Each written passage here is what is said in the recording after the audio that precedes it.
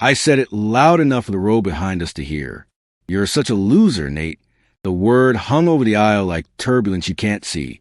Just feel in your teeth. He folded in on himself the way he always did, shoulders up around his ears, hoodie drawstrings twisted between his fingers. The plane hummed with that white noise that turned strangers into furniture. I stared past him, out the oval window. Wing, cloud, a thin line of sun I couldn't tell was rising or falling. He didn't fight back. That was the thing about Nate. He rarely pushed. He took it, like he'd been trained for it, like he thought it was safer to be target than missile. Okay, he said, and that was all. He tucked his backpack farther under the seat, careful, always careful, and clicked his seatbelt like it was a promise. The flight attendant did her aisle tango, checking latches with a smile that looked stapled on. Somewhere 3 rows up, a baby tested the acoustics. I told myself I was tired and righteous, and that family meant saying the quiet parts out loud. The lie tasted like airport coffee. We climbed. The plane leaned, engines a steady animal under our feet. I kept up the performance. Little jabs Nate could laugh off if he wanted. How's the job hunt? Oh, right. Still hunting. He flinched. It's not a hunt if you're just waiting for something to trip in front of you. He looked at his hands. I'm working on something, he said. I rolled my eyes toward the call button. Like a plan.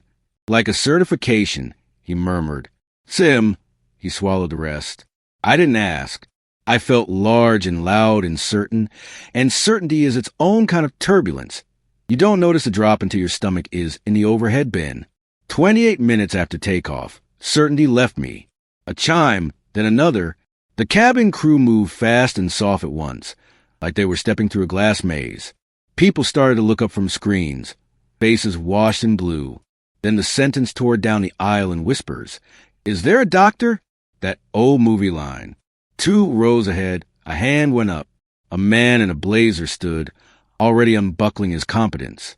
I leaned toward the aisle, breath shallow. The curtain to the galley whisked open, closed, open again. A flight attendant jogged past with an oxygen bottle. My skin went cold, like the plane had opened a window inside me. Nate's fingers stopped twisting. He was listening in that way he does, head tilted, mouth a small line. The PA cracked. Ladies and gentlemen, we're experiencing a medical situation in the flight deck. Flight deck, not cabin. The word rearranged my blood. The air got thinner. People were still, suddenly reverent, as if quiet might hold the plane up. Nate's hand found the laminated safety card. He didn't read it. His eyes skimmed it like a checklist he already knew. Don't, I said without knowing to what. He looked at me. Not small, not sorry, like the boy who used to climb trees taller than our roof while I yelled from the porch. I need to tell them something, he said, and for the first time since we buckled in, he sounded like someone I'd never met. I unbuckled a fraction, like defiance measured in inches. Tell them what? I hissed, because whispers felt safer than prayers. Nate stood. The aisle made a reluctant path. A flight attendant intercepted him with a smile that was all teeth. Sir, please remain. I'm an A certified dispatcher, he said, voice steady in a way that made me swallow. Private pilot, instrument training. If there's a problem on the flight deck, I can run checklists and talk to ATC while your first officer flies. He said it calmly, like reading ingredients, like nothing inside him was on fire. The attendant blinked, recalibrated. Identification? He pulled out his wallet, then his phone. Photos. License, temporary certificate, a lanyard I'd once called a cosplay badge at Thanksgiving. My face burned with that memory. The attendant vanished toward the galley. A different one returned. A purser, silver hair tight as a promise, eyes taking Nate's measure. Sir, follow me. You!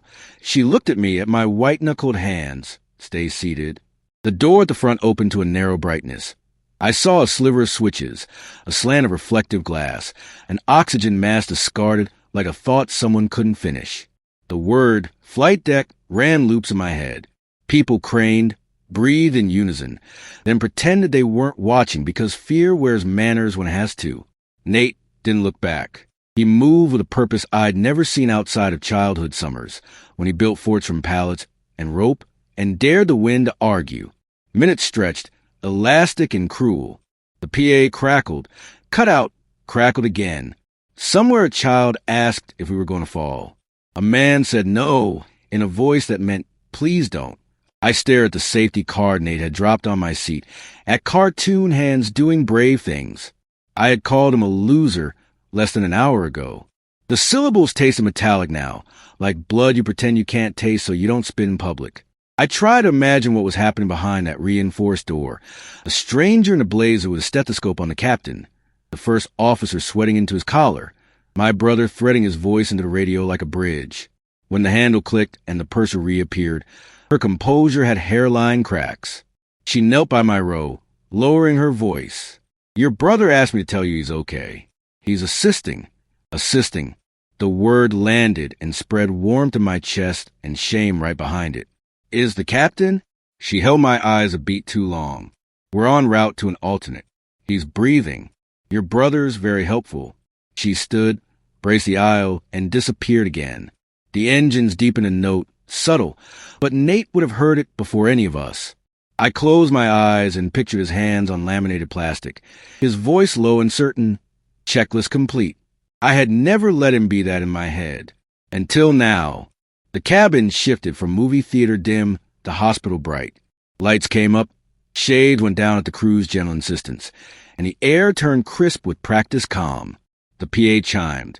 A voice I didn't know, young, tight, said we'd be diverting for a precautionary landing and asked us to remain seated with belts fastened. Not Nate's voice. His lived somewhere else now, threaded into headsets and handoffs, a current below the hum. I tried to hear him anyway. The way you hear your name in a crowd, the way I used to hear his bike chain squeak on the street before he rang the bell. Time bent strange. Every minute had four corners. Across the aisle, a man started filming. His phone a black eye. The purser's smile didn't move, but her hand did, soft and firm, lowering the lens. Phone's away for now, please. A kid near the wing asked if we were going to crash, and his mother said, no, sweetie, with a voice that trembled on the word sweetie. I stared at the wing flexing against gray sky, at a flap that looked like it was thinking about its life choices. My hands learned a new prayer, one palm over the other, knuckles whitening, breath counted on fours. I thought about the day I'd told Nate his drone hobby was a phase for people who never learned to throw a ball, and wanted to reach back in time and slap the sentence out of my own mouth. A flight attendant crouched by my knees. We'll brief the cabin soon, she said. If anyone near you looks panicked, model the brace position when we ask for it. Model. Me. I nodded too fast. The idea that I could help without being controlled felt foreign, like writing with my offhand. She slipped a folded napkin onto my tray. In block letters, written with a cockpit pen that had probably signed 1,000 logbooks, was a message. You're okay. We're good. N. The dash punched me harder than the initial. I swallowed and nodded even though he couldn't see me, then whispered, okay, like we were 10 and he just shouted down from a tree that the branch would hold. The engines eased. The floor vibrated differently, a bass note that told a truth the words hadn't yet. The purser took the intercom, and her voice turned into a metronome. Cabin crew, prepare for landing. People straightened, some clasped hands with strangers, trading warmth like currency. I showed the brace position when asked, forehead toward the seat back, arms crossed, feet flat. Cartoon courage made real. I mouthed a sentence to the seat in front of me. I'm sorry, Nate. I'll say it right. Cloud smeared the windows into one color. The landing gear thunked down like a verdict. For the first time in years, I waited for my brother to tell me what to do. The descent felt like a held breath. The cabin was a choir of zippers, clicks, whispered bargains with whoever handled odds. The purser's voice leveled us. Heads down. Stay down on my command. I folded, forehead to vinyl, the world narrowing to detergent and someone's citrus shampoo. The fuselage shuddered the way a body does when it tries not to cry. I pictured Nate's mouth near a mic, calm and square. Glide slope, localizer. Speed checked. I wanted to be inside his voice and hide there. Instead, I counted. 4 in, 4 hold, 4 out. The universe shrank to 4. Tires kissed runway, then argued with it. A long, rubbered scream. A bounce that made my stomach jump for the exit. Then weight, solid and undeniable, flooding up through the floor. The cabin erupted. Gasps, a sob that sounded like a laugh wearing the wrong coat. Someone clapping until the purser cut it with a palm. Remain seated. The plane ran, slowed, turned. Fire engines paced us. Red trucks with their serious lights, like giant toys for problems you can't fix by blowing on them. We stopped. The silence afterwards rang. The PA clicked. The young, tight voice returned, steadier now. Welcome to... He named a city that wasn't ours. We'll be met by medical personnel. Please stay seated. My knees stopped praying and started shaking. The cockpit door opened. For a beat, the world behind it looked like space. Lights, stars, constellations arranged by human stubbornness. The first officer stepped out first, pallor in place of swagger, and nodded to the cabin like he needed our permission to keep standing.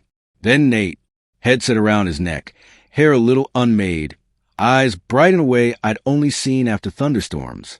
He scanned Rose, quick, precise, then found me. His mouth twitched, half smile, half checklist. Then he lifted a hand. Wait, the motion had authority I had never granted him. Medic slid past, a stretcher like a sentence underlined. A figure with an oxygen mask appeared briefly. Our captain, gray and mortal. People averted eyes out of respect or fear of seeing themselves. We sat in a held pattern of relief. Phones lit. Networks returned, along with the urge to narrate. I didn't touch mine. The purser came to our row, softer now. We'll deplane shortly, front to back. Your brother needs to give a statement and finish paperwork. Paperwork. The word felt comically small for what he'd done, but I recognized its comfort. Systems holding. The aisle filled with gratitude murmured at uniforms. When Nate finally reached me, he didn't get a speech. He got my hand grabbing his sleeve like I was falling. The apology clogged my throat. He squeezed my fingers. Later, he said, gentle and professional at once. We still got checklists. We were herded into the terminal like survivors of a shared dream.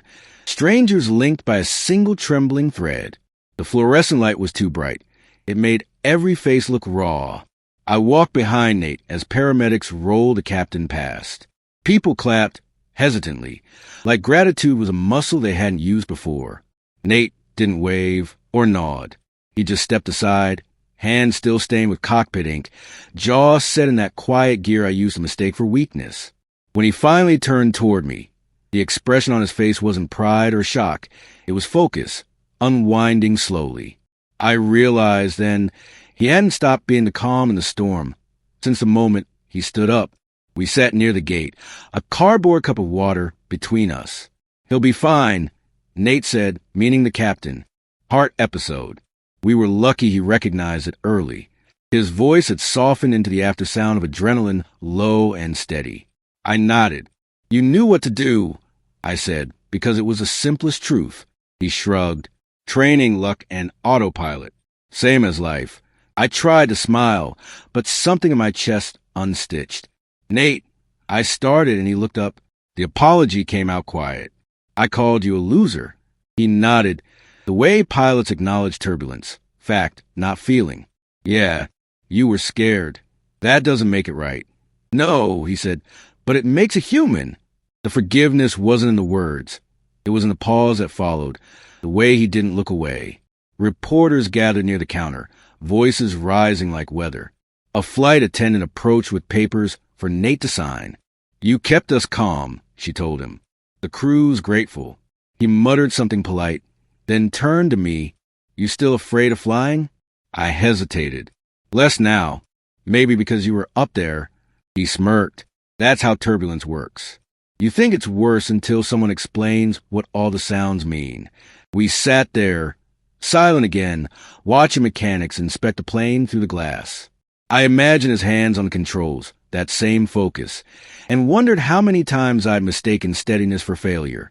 When they finally called our replacement flight, we walked down the new jet bridge side by side. So, he said, still think I'm a loser? I shook my head. You're a lot of things, Nate, but not that. He smiled, the first full one of the day. Good, because next time I'm sitting by the window. The engines outside spooled to life, and for the first time in years, I wasn't scared of sound. As we took our seats, I realized we were both different now. He, lighter, me, smaller in the best way. Someone learning what it means to trust a person you once underestimated.